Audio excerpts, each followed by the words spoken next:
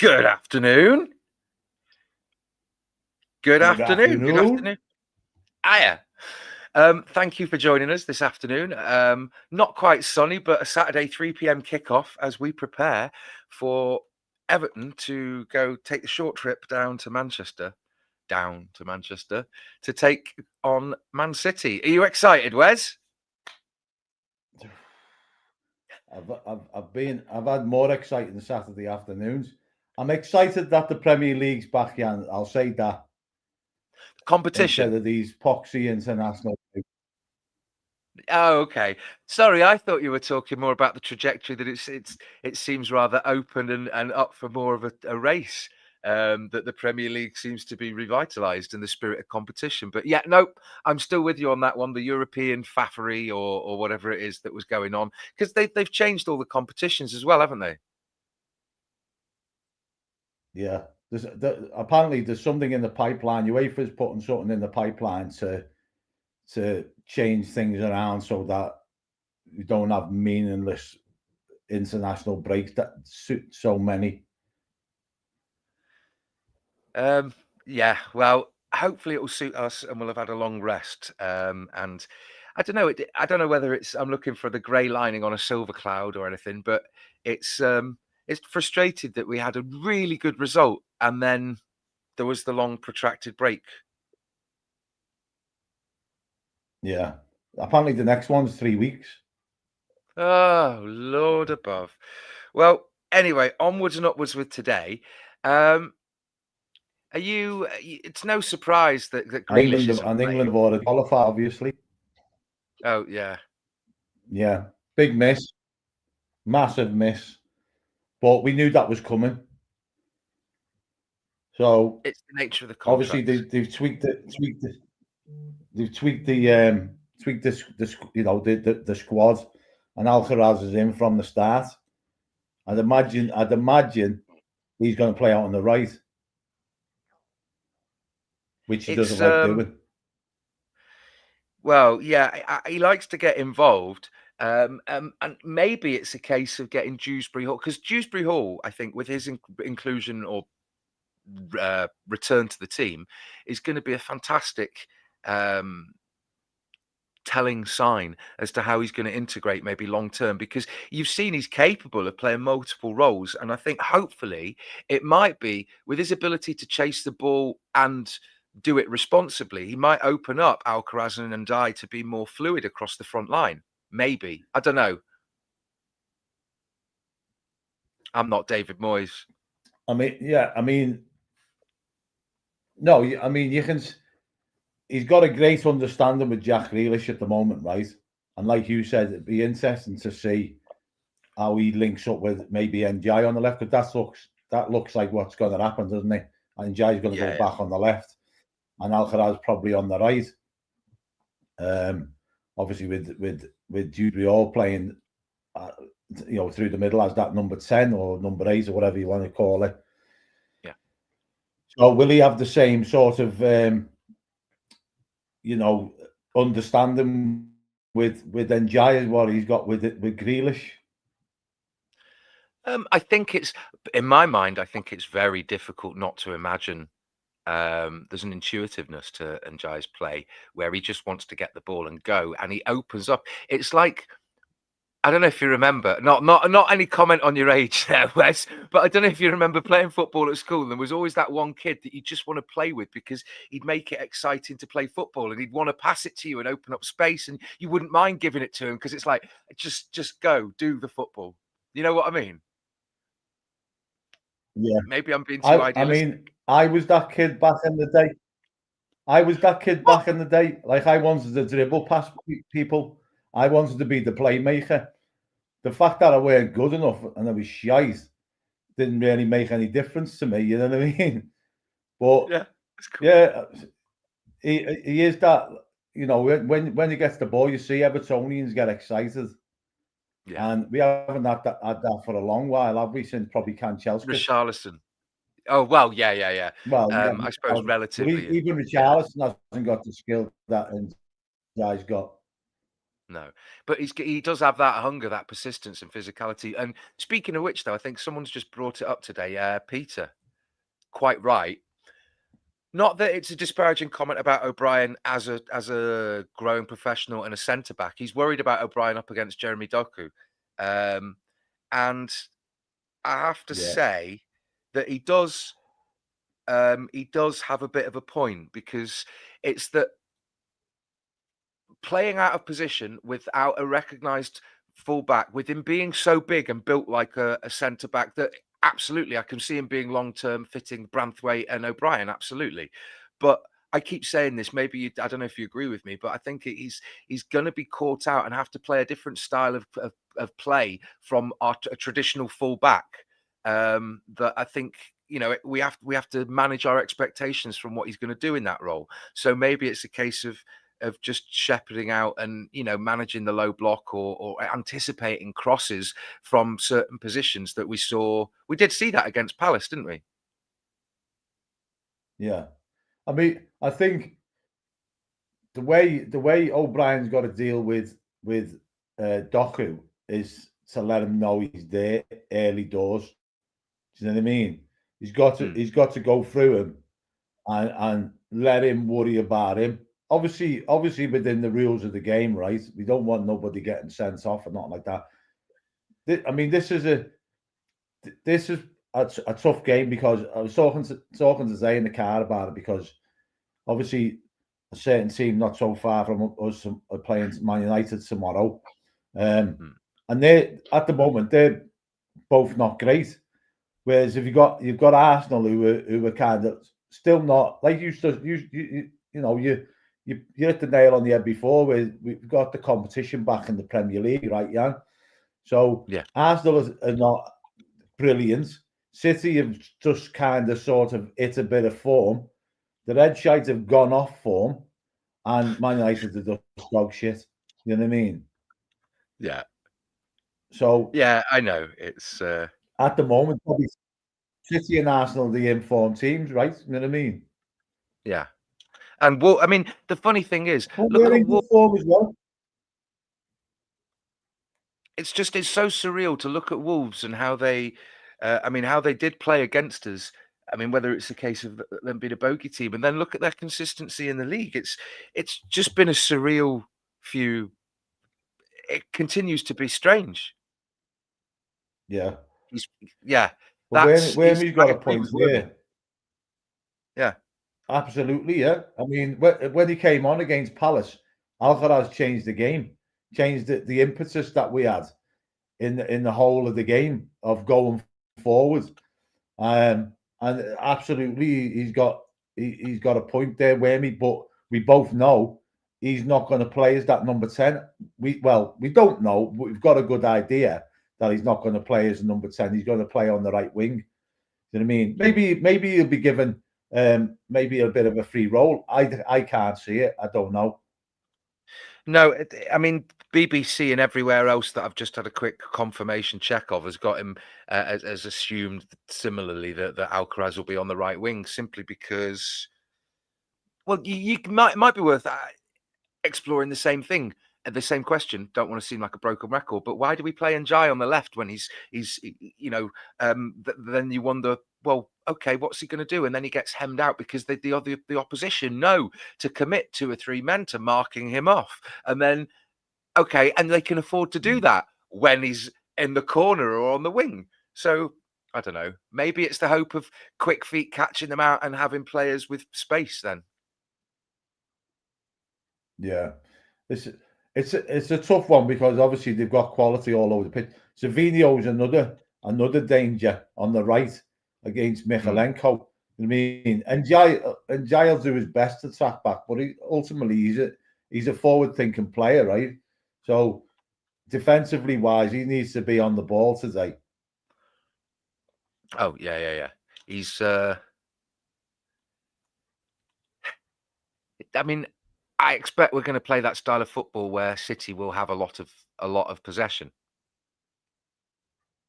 Well, yeah, but then that's not new, is it? We like are we going to play the low block and then sort of like try and counter? have we got the pace in the team to counter with the Well, pace we that don't. they've got in their team? I'm concerned about the just the physicality of. I mean, when what Haaland said about his last goal, that 1-0 that City got, where he got that, um, he was his physicality. There was an element of a complete, well-rounded number 9 there, where he competed for that ball, found that, and slotted it home, and not that we don't have that physicality, but the speed and the tenacity. I'm just worried that we're not necessarily going to have that mental alertness. Look, and it took us half a game to wake up against Palace. Yeah. I mean, they couldn't have Mm. got any worse against Palace. That was the thing.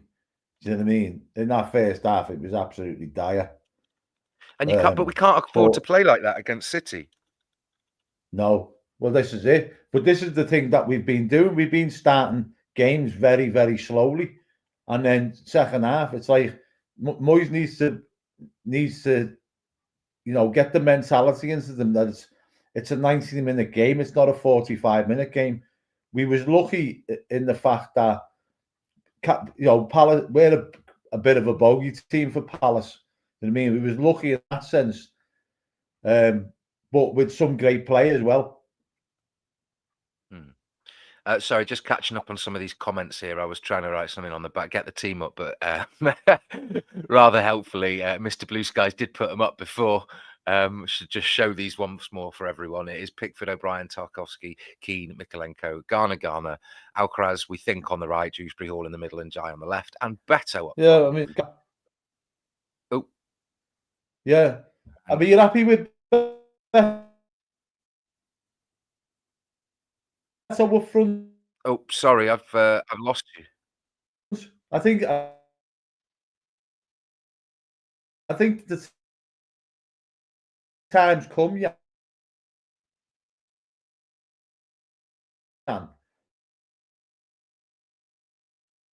to give a striker a run of games instead of stopping and changing them because that's to get any form. Sorry, I something just happened on our back end here. I didn't quite catch much of that. I don't know if it was your internet or mine. We had issues before. That's the dangers of doing this on a Saturday afternoon. Right. I don't know what's happening here. Sorry about this, guys, in the comments, if you can see it. You were talking about a striker.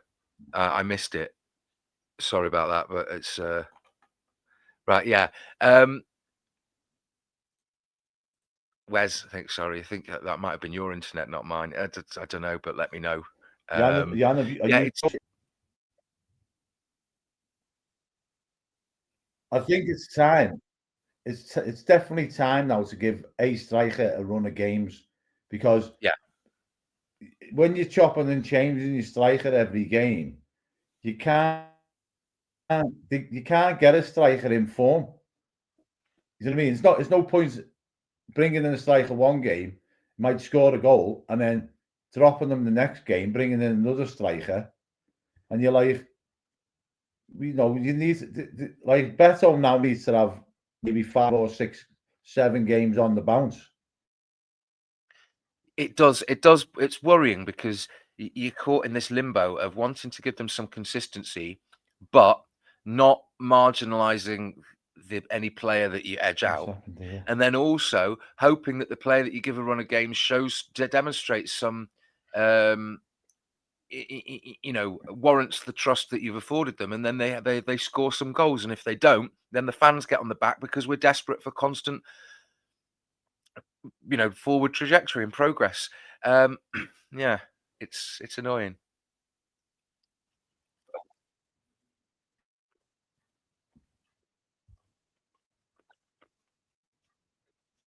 Anyway, guys, I don't know if it's Wes's internet having some issue here,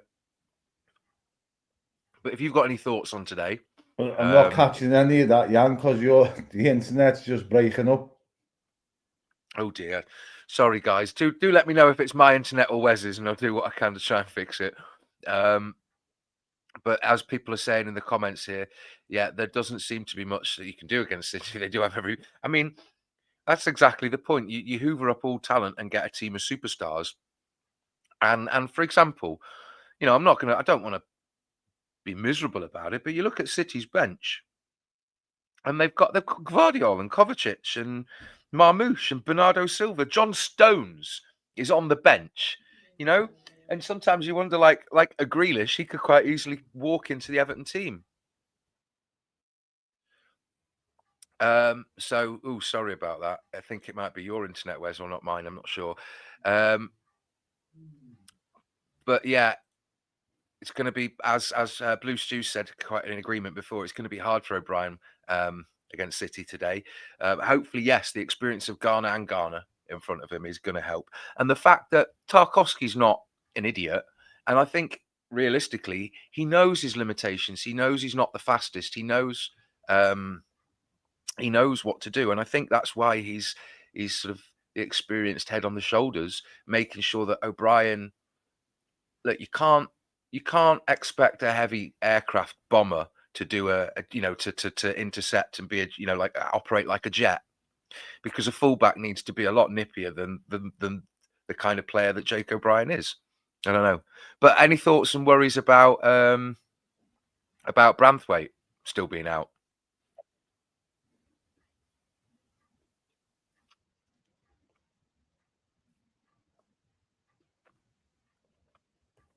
Right. Everyone seems to be saying that it's me that's buffering. But it's okay now. Sometimes, guys, I do Yeah, apologise. you know what it Sometimes was, right? Hmm. No, do you know what I think it was, Jan? Right? Me Hmm. fucking antivirus started running the fucking virus scan in the background. It knows the virus of being an Evertonian infects your system and is terribly bad for you. Yeah, I think that's what it is. The scans just stopped now, so it seems to be fine. So it must have been that. Yeah, you are Sorry, perfect. sorry, You're a lot better. folks. I haven't. So, I've got two gigabytes of internet speed. It can't be my internet. It's definitely that scan. right, we are operating at full power, um, like a finely tuned machine. Let's just hope Everton are doing the same. So, do you think we're going to see, because we saw a very uncharacteristically un-David Moyes move in the Palace game, if I may be so bold as to say so, a half-time substitution? Yeah, but then it wasn't difficult to do that because Barry was doing absolutely nothing. And I feel for the lad. You know what I mean? He's only a young kid. He's come into the Premier League, and it's hard to adjust. So you've got to give him time. But I think he's also personally, I think he's suffering because to take all his social media stuff down, and then I don't know whether you've seen that post he put up the other day with the signpost on with all the different like directions on and stuff. So No. he's obviously What? it's obviously playing on his mind. You know what I mean? What's this about taking all social media down? He took all his any sort of posts he had on Everton off. I think it was Instagram or maybe Twitter or X or Look, whatever you want to call it. I will say though that what has become very apparent to me, and I don't want to, it's a bit of a sidetrack for a pre-match, but maybe it's something that can explain things sometimes, because Nathan Patterson, there are certain players that you can totally understand why certain elements of society, whether it's our fans or not, would target people. Let's not be honest, they have a piss poor performance. And you go, okay, but people take it personally, or they don't like the color of their skin, or their nationality, or their religion. And look at what's happened with other players. It's terrific that um, now I don't want to say that's why, but all the social media, there's so much more to the game now that you go, oh, they don't just get on with it like back in the day. Yeah, because back in the day, they'd go out and be superstars and have a drink and not have to engage with fans, just be fawned at them, and they don't have to take all this, abusive stuff in their inboxes and their socials, and they're constantly scrutinized. And yeah, that's what I mean. I do feel for the guy, because most of the Yeah. time, I mean, do you always feel like an adult these days? I'm 38, and sometimes I feel like a kid going, "Oh God, I'm an adult in the world," and there they are, sort of 20 years old, thrust into the limelight. It's like, oh fuck's sake, give them a break, Well, the thing is, right? I go by this personal rule, right? That if I hadn't grew up by the time I'm 50, and I'm now 53, I don't have to. Do you know what I mean? So These are some insightful. No, absolutely. Growing old is no, yeah, and growing up they're different. Yeah. So, I mean, gas pipes losing faith in Beto. The thing is, Beto is there is something to him, absolutely, and I think he. I don't want to be disparaging about the player, but it was very clear from some of the sound bites and press conferences that Everton were aiming higher than some of the targets that we achieved. Now, without singling individuals, that has a cumulative effect on the team performance, and maybe there are elements of his game that aren't allowed to shine because the rest of the team in certain ways are a bit stunted, because we are not as we wish Everton to be. I mean, yeah, of course we'd want a team of world beaters, but even if we're being realistic, there's still a lot of holes that we're plugging as we go along. Maybe you disagree, yeah, but I kind of, no, or as I agree. the fabled Jeff might say, we're just not that good. We're just not very good. But come on, you Blues had it right before, right? Is that when Alcaraz has played in the middle of the park last season, he linked up very, very well with Beto, right? And Beto scored a lot of his goals off the back of Alcaraz, right? So we know, like he's like I think we would have been Beto would have flourished with somebody like an Alcaraz or a Jack Grealish playing as a number 10. I think we was all expecting, to be honest, at the end of the season, at the beginning of the season, when we got Grealish on loan, is that he would have been playing as the number 10. Yeah, because simply because there was a gaping hole there that at least in my mind, I was wondering why it's not being filled with Illiman and Jai. So okay, if not and Jai, then what? Grealish, not Grealish, then who? Yeah, exactly. And I don't think um like KDH is a natural number 10, a natural playmaker. Whereas I think Grealish would be, or Alcaraz is, where he can see that pass. Don't get me wrong, I'm not sitting there slagging off KDH. I think he's been brilliant. But I think he has limitations as well. May I posit it? I'm not saying that they're like these players, but as players serve functions in teams to make it relatable, because we've got a shared understanding of this. KDH is, or you imagine him being more like a Leon Osman. Illiman and Jai is the Stephen Pienaar, and you're hoping that Jack Grealish in a way could be a little bit Mikel Arteta-ish. Is that kind of what you're getting at in a way? 100%. And Alcaraz maybe a Tim Cahill. Yeah, I see it. I do see it. Because he's got a bit of a leap on him, Alcaraz. Fair play to him. And the way he ran in and chased that ball and headed it down and ran on, he's got an awareness that sometimes seems to be lacking. I'm not saying it is, but it appears to be lacking from the entire Everton team when we go out and we get caught out and we don't chase the second balls and we go, oh, I've been past the ball, I'm going to do this now. And before they've even started moving, an opposition player's stepped in because they know where they're going. And I'm just like, how can you not read what you're doing? Anyway, yeah. But the thing is that obviously we spent a lot of money on Tyler Dibblin, right? And he's very raw, but then he's quite quick to turn around and throw in Tierno Barry, who's very raw. So we haven't. But when you look at Tyler Dibblin, I mean, don't get me wrong, I'm no Linford Christie, right? But he's another one that seems to lack pace. We need an influx of pace in our team. Well, when you say that, yes, but we need an influx of a lot of things because it feels like we're not firing on all cylinders. It's almost as if the players don't they hesitate to, that wonderful freedom that you see a player unleashed when all around them they know to look around and know that the back line is solid and a central midfielder will plug the gap. Or if I run on, depending on their position, they just know that they have the freedom to play football. And it always seems that at the back of a lot of players' minds on the pitch, there's always this, oh, I shouldn't do that because, or careful if I do this. Do you know what I mean? Yeah, yeah. I still think there's a lot of players in our team who are scared to make that pass. Do you know what I mean?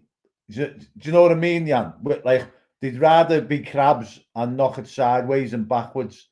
You get the likes of Grealish and KDH and then Jai, and they'll get the ball, and they're happy to take on players. James Yeah. Garner as well. He's another one, right? Yeah. But there's still also a lot of players in there who will get the ball and it's like a hot potato, pass it off to somebody else. Do you know what Yeah. I mean? It's And that only it, comes it's a down to fear of confidence. responsibility. It comes Yeah, across as a fear of responsibility. Yeah. 100%. Yeah, and Wow. that probably stems back from the last 3 seasons that we've had. Yeah. Absolutely. Because because I mean, I hope it's not the case now, but there's still arguments to say, do we still have projects? And even now, there's the questions that even, for instance, we talked about it now, and people getting on social media, and Wormy just said, or sorry, the couple of people just said before, I don't know what it was about going on social media and players' mentalities, but y- you know we've got projects and we bring in players, and I'm like, no, no, no. You bring in superstars to elevate the team, not that they need to be worked on in the hopes of it being a fixer upper. Because just perfect coincidence, serendipity. Gaspipe said, "Where's the youth team players coming through? Where's Yeah, the core of the team? but they got absolutely stuffed the other day against was it Barnsley or somebody? Was it the under 21 match that Pickford played in, and a couple of players? No, I think Tyler Diblin plays. Um, Nathan Patterson plays. But they absolutely hammered. It was like the EFL trophy or something daft. But Hmm. like you say, the youth, like we used to have a great academy, but you never used to really see a lot of the players that come through. Do you know what I mean? No, They they they did. get sold on, or the likes of um, your Anthony Robinsons, and who's Yeah, the yeah, other yeah. one that went to Southampton, the right back, or was he a left Oh, back? yeah, I know who you mean, and John Joe Kenny. Well, but I even think that, he, we sign players though, but they never. And sometimes, I mean, wasn't there a player that we bought, and we've had players, and you never even see them play in any competition. Shinji Tarashaj, and you know what I mean? yeah. Exactly. Well, I don't think did we see what did we see him once? Did we see him once in the time that he was there?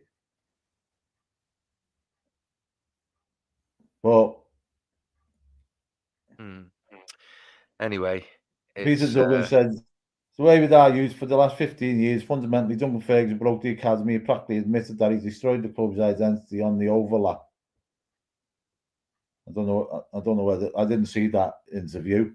I'm not sure whether Duncan Ferguson has come out and say he destroyed. Who are we talking about here?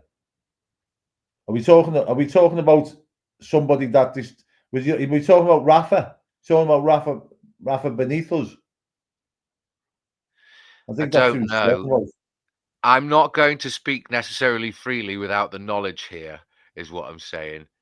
No, I Um, didn't see the interview, so I don't know what Peter's talking about.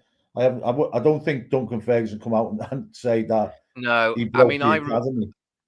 I went to an evening with Duncan Ferguson, and it was great. It was enjoyable, and he talked a lot. And obviously, there's a lot of stories that sort of other people will have heard and get recycled or from the book, But because he can't go around telling everything and all this. But I don't entirely. My impression was it wouldn't have been down to Duncan Ferguson, even if what Peter Duggan's saying is that he admitted some form of culpability, because it's not as if he'd have been making all the big decisions. He No, didn't have sort of that executive power, um, and I mean, I remember going to Finch Farm when Frank Lampard was manager, and there was talk, and Kevin Thelwell. I genuinely, and there was discussion, and I got around that time. I went to Finch Farm a couple of times. I got invited. I spoke to people, and honestly, Everton were doing dealings internationally with multiple teams in Europe, recognisable top tier teams in Europe that were having staff and academy staff and youth players come over. And they were discussing that they're obviously admiration of Everton's setup and their plans and all this kind of stuff, and Everton making links and sending scouts out. So then it makes me wonder what has happened. exactly. There's no, there's no conveyor belt no more. But like I said, I think teams now, unless you're an Arsenal when you bring in like the likes of Saka and all that, and Saka's amazing. Don't get me wrong. I think now teams are looking at players where they've got to be amazing to break into your first team. That's insightful. Sorry to sidetrack that. I'll put a point in that because you are right, absolutely. Because you expect them to be superstars. There's this anticipation of the next Wayne Rooney, or that I don't know. But this is interesting. Peter Duggan is saying that Duncan Ferguson claimed he tried to play tiki-taka or highly skilled football in the academy. And that's why, for a while, the academy were doing very well. But when he was promoted to the first team, couldn't do that then. So basically, taught the academy one thing and the first team another. I mean, that makes sense if when you consider that the situation hasn't called for youth players who could play that lovely, delicious football because they don't have the protection around them and the freedom to do so. It kind of makes sense then. Yeah, but also if you're going into a coaching role under somebody like the likes of Carlo Ancelotti, and he wants to play a certain way, you can't then say to him, well, actually, I was playing tiki-taka football in the youth, and they were doing very well, because ultimately Carlo Ancelotti is to slap him down, say, no, this is the way I want to play. And to be fair to Carlo Ancelotti, with the shite that he inherited as a football team, he got the best out of Dominic Calvert-Lewin, and a lot of people also credit Duncan Ferguson with the amount of goals Calvert-Lewin got that season, and including Calvert-Lewin himself, right? And he also knew how to defend at the time with a horrendous back four with very culpable Michael Keane. So he was pretty much defending Carlo Ancelotti on our 6-yard box every time we had an attack against us. He defended so deep because he knew that if a ball was knocked in behind our centre halves, they had a turning circle of a fucking super tanker. So they'd be in behind and score a goal straight away. You know what I mean? So by defending on the 6-yard box, there wasn't that room to run into. It does. It's interesting that. Yeah. Oh God. Anyway, today, City. Yeah. Do you ever at times miss the finesse of Calvert-Lewin specifically? Because there was a beauty to see him rise in the air, knowing that he could control a ball or be a threat, even if it didn't necessarily culminate in a goal as often as it should have done. Listen, the only thing we miss about Calvert-Lewin is his hold-up play. Let's have that right. Do you know what I mean? His hold-up play was probably one of the best in the Premier League as a centre forward, right? Now, if we could get Beto and Calvert-Lewin merged together, melted together, then we'd have a great striker, right? Because we know Beto can score goals, right? We do know that, right? Yeah, he's missed a few, which striker doesn't. You know what I mean? But he's also scored, and he's shown a lot of composure when he's been in front of goal, right? But if we could get him to be able to control the ball and hold the ball up better, we'd have a good strike because he's got a bit of pace about him. Do you know what I mean? I think. I mean, this is a bit of left field, and maybe there's no real justification for it. But do you know what I think the team is really missing? They're underpants. No, no, I don't. I don't mean to sound weird here, but if somebody knows the answer to this, then by all means tell me. But who in that first team is actually a born through and through Evertonian? Well, there isn't one. There isn't one. But going back to the youth, there's a young ginger kid in the youth team, and I can't remember his name. Is it Graham? Little ginger What is kid. that? Is I am assuming that's his surname because if you've named a child Graham in this day and age, that's just child torture. That's Yeah, abuse. no, I think that's his surname. I think that's somebody on there will be able to tell me. But he's gonna be a superstar, that kid. Do you know what I mean? But we'll probably sell him.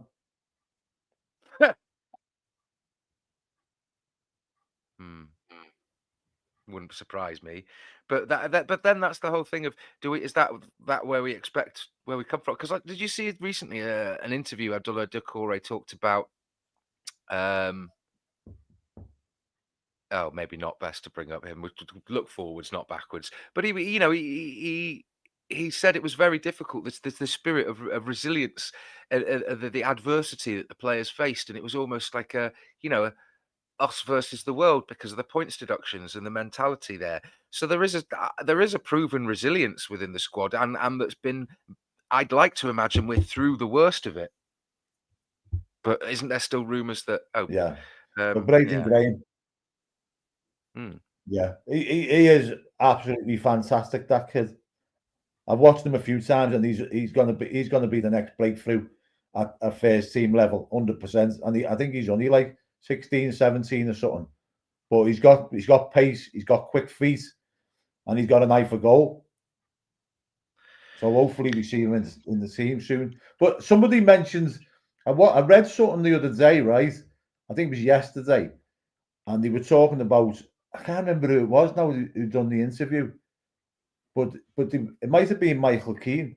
I'm not sure, but he was saying, like, like the last few seasons being one thing after another. They'd be going into training and they'd be like, "Oh, you've got another, I've got another 6-point deduction today," and it was kind of like the mentality of the team that brought the team together more by getting them points deducted. And they were saying, like, well, we're not going to go down because of this. And fair play to them, they didn't. And they said, and they openly admitted it wasn't pretty at times. You know what I mean? But we had this mentality that we weren't going to get, no matter what they did to us, we weren't going to go down.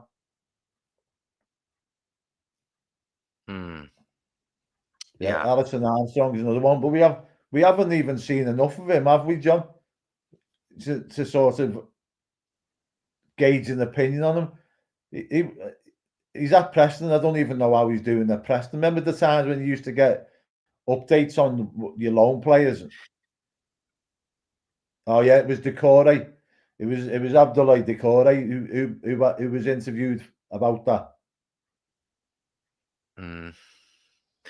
Yeah, I mean, I don't know. Are we ever going to be in a position where we can dominate a match, be 2 or 3 goals up, and then have 20 minutes in which we can send on, for instance, Tyler Dibbling, Martin Roll, and Adam Asnu to let them in bed and play a bit of free football and have some confidence? I think we will. I think for some strange reason, Everton at least once a season pull out some miraculous result only from somewhere. You know what I mean? So it's like we have got one result in us a season where we can sort of let the shackles off a bit. But is it today? No, this is. I don't know whether you're going to begrudge me saying this, right? But I always want to win. And it's especially wonderful to win against the teams that ordinarily win a lot anyway. But there's part of me that goes, do I really want to win against City? And do I really want that result? Want the outlier to be today against City when they seem to be improving and could actually mount a serious challenge to Liverpool? That's bad. That's I bad. know. That's bad. I remember when they finished second in the league to City, and we were playing City just before the end of the season, and I was like, I don't give a shit if it wins Liverpool the title. Ultimately I want Everton to win every game. Do you know what I mean? But I get what you're saying, but I can't do it. Liverpool's not going to win the league this year. By the way, Liverpool are not going to win the league this year. You know what I mean? No matter what we do or don't do, they're not good enough to win the league this year. Martin Roll. I think I was Martin Yol. Oh no! What? Martin Roll. Postecoglou. Pasta, no clue. Did they He's get been beat by? sacked. Did they get beat by Chelsea? Did they? Yes, and he's been sacked. Yeah. Did you see what he come out with yesterday? I don't care what anyone says. I always win something in my second season. It's like, well, you're not even getting that, Ange. You've had what has he had? 6 games or something? I mean, it's bonkers. I mean, to be Yeah, fair, Mr. Blue they've Sky is they've saying we got a draw against City last. when did they Yeah, last but win a game? they haven't. They haven't won a game under Posta, no clue. They haven't, have they? When was he appointed? I think he's had six, maybe 7 games. 39 days in Because charge. yeah, because what's name Espirito Santo was in charge for the first 2 or 3 games, weren't he? Oh, I'm just enjoying a succulent sacking. Oh, sorry. I've enjoyed the whole wave of Ange Postecoglou memes that have been doing the rounds, and Chris has been very kindly sending me some intermittently. What? Oh, I just. How can you get rid of someone so soon? I mean, is it really that he's that bad? Yeah. Is he that bad? Well, yeah. I mean, when But you take but Spurs what to happened? 17. Yeah, but hang on. Look at what's his name? Please help me out here. Nuno Espirito Santo. Yeah. Right? I've actually always respected and somewhat Yeah. admired him as a football Good manager. manager. Yeah. So is there something more than just? Is it not just Ange Postecoglou? No. He's shit. He finished 17th with Spurs, right? And he won the Europa League against a shit Man United team, and then got in the Champions League in 17th place. Like, how's that even possible? Do you know what I mean? So I'm yeah, not laughing I'm not laughing at like their misfortune or it's absurd. It's ridiculous, isn't it? It's like Wigan winning the Premier, winning the FA Cup and then getting relegated, but just 10 times more yeah. hilarious because it's Well, against Man United as well.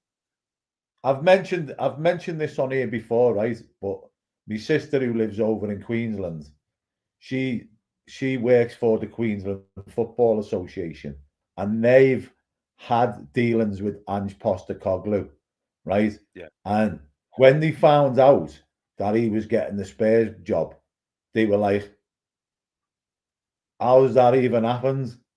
Because he's shit. They all know he's shit. Oh, even over in Australia. I mean, like he captained the Australian team, which tells you everything. And that captain, he managed the Australian team, tells you everything. He managed in Japan. He managed the Celtic team that literally only had to turn up to win the league. And then didn't they piss it away or something? Was that the one? Or Who? oh no, Celtic. no, no. Sorry, when did he manage Celtic? Was it after? Was it still when Rangers were absolutely crippled and they'd had Yeah, they had an amazing team and yeah. yeah. But literally, right, in Scotland, if Celtic win their first game and Mm. Rangers lose, you might as well just give fucking Celtic the title. And that's how bad it is. And Postecoglou got the job with the Spurs job on the back of winning titles with Celtic. How can you even be given the job like that? Like the same as Gerrard. Steven Gerrard got the Villa job because he won the title in Scotland with Rangers. I mean, that can be a bit, you can understand that a bit more because Celtic were dominating everything and he come in and he won the title. So you can And kind of understand that a bit more. he was a successful footballer. That's one way to put it. That's what I'll leave it there. Well, John Jones said, hang on, gas pipe, sorry, says he won a Euro title, Wes. Yeah, I don't like. With all respect, I think you've touched a nerve with Gaspipe because I don't think he's in agreement entirely with your assessment of Ange Postecoglou there. That gas pipe, that was the worst fucking European final I've ever seen in my life. You It cannot say was. that was a great game of football. And he is shit. He is shit. He's been sacked from 2 jobs. How can he not be shit? Hang on, but by definition, isn't football a sphere where you can't really define it by sackings because it's such a capricious and everyone has to have an asterisk attached to it? I mean, If you've been sacked after 6 games, right, and you haven't won a game, you are shit. I don't care. right now, hang on, okay, but right, so shall we turn our lens while there's about 5 minutes before kickoff, I suppose? Should we turn our lens briefly back to the game and or not?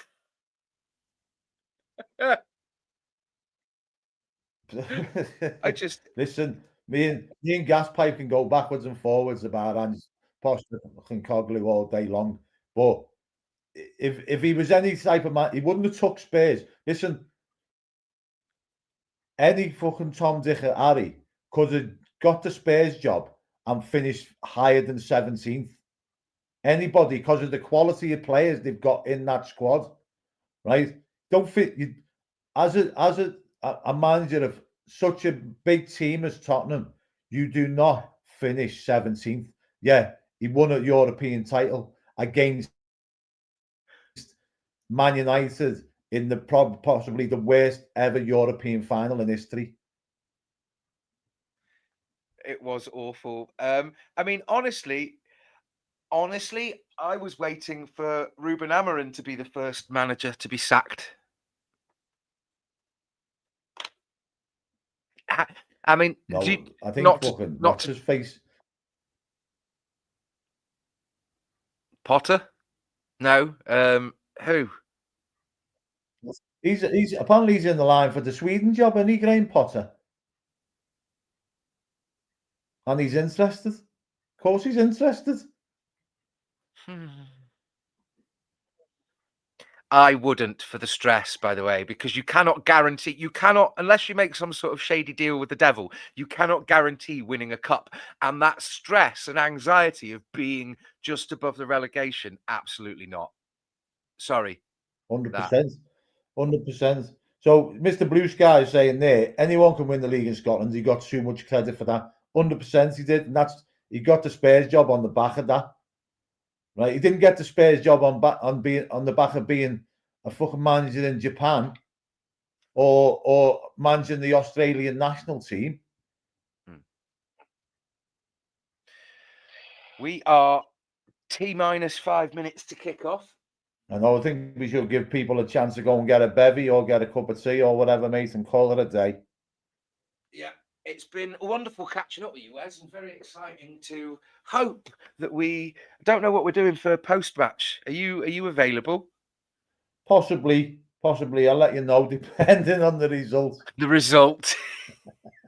Yes. So yeah, everyone go the loo, put the kettle on, and have a good afternoon. Maybe join us afterwards. Yeah, have a good one, all you fellow Blues. Up the fucking toffees. Toffees. That's why I like it. You're not even bothering. I'm not being. Thanks for I'm joining, not everyone. being censored. Like, subscribe, hit the notifications. Tell everyone. Yeah, we haven't done the score predictions. Sorry, guys, but you know. No, we got into too much slagging off, and Ange Poster, no clue. Yeah, 1-1. 1-1. Going 17-0 to the Blues. I want to say 3-1 to Everton, but I'm going to be hope for a realistic and yeah, 1-1. But that's my. I'm sorry, but I'm going for a 2-0 defeat. I'm sorry. Like I was probably one of the few. In fact, Robbie tried the reverse psychology last week to get us a win, and it worked. Or not last week, the week before, and it worked. But I think that was a bit tongue in cheek. Whereas I always had the faith against Palace because we've got a good record on them. But anyway, end the stream there, Jan, and I'll speak to you in a bit, mate. Tatty bye. Up the fucking top. Bye bye.